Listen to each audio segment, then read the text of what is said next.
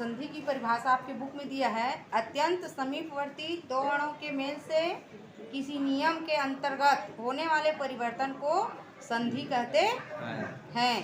कहते हैं कि अत्यंत समीपवर्ती, है ना, दो वर्णों के, किसके, दो वर्णों के मेल से किसी नियम के तहत, है ना, किसी नियम के तहत उसमें क्या हो, परिवर्तन हो, तो उसे क्या कहेंगे, संधि कहेंगे। उसके बाद इसमें दिया है संधि के प्रकार। तो संधि के प्रकार है आपके, संधि के प्रकार, संधि के प्रकार कितने हैं, संधि के प्रकार 3, है ना। संधि के प्रकार कितने हैं, 3। तो इसमें पहला क्या है, स्वर संधि, दूसरा है व्यंजन संधि,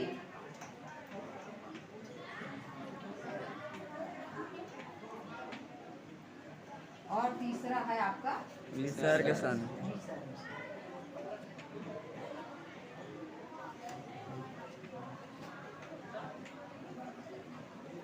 ठीक, अब हम लोग पहला पढ़ेंगे स्वर संधि।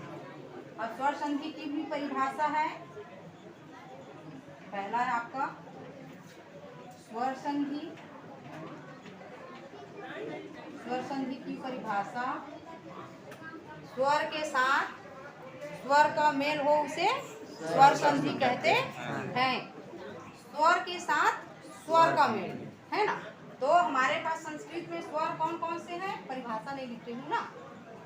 हमारे पास स्वर कौन कौन से वर्ण को कहते हैं, अ, आ, ई, बड़ा ई, उ, बड़ा उ, ऋषि, इसमें बड़ा ऋषि, ऋ, है ना।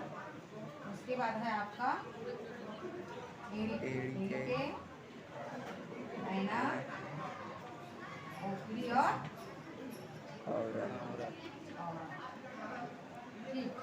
ये आपके क्या है, स्वर है ना। कितने हो गए, तो स्वर 1 2 3 4 5 6 7 8 9 10 11 12 13। संस्कृत में हमारे स्वर कितने हैं, 13 स्वर। ठीक, तो परिभाषा कहता है स्वर के साथ स्वर का मेल हो तो उसे हम क्या कहेंगे, स्वर संधि कहेंगे।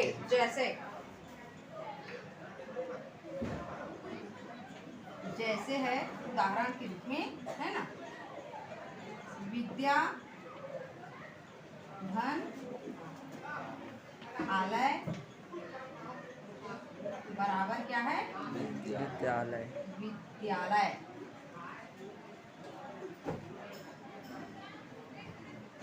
ठीक, अब इसका सूत्र भी है ना।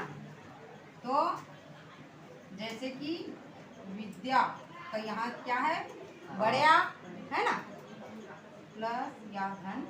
उसके बाद यहाँ क्या है आपका, बड़या, है ना। तो आ, धन, आ। ठीक, तो ये भी स्वर है और ये भी क्या है, स्वर है। तो स्वर के साथ स्वर का मेल हो तो उसे स्वर संधि कहते हैं। आ, धन, आ बराबर बढ़िया, बढ़िया, आ, धन, आ बराबर बढ़िया।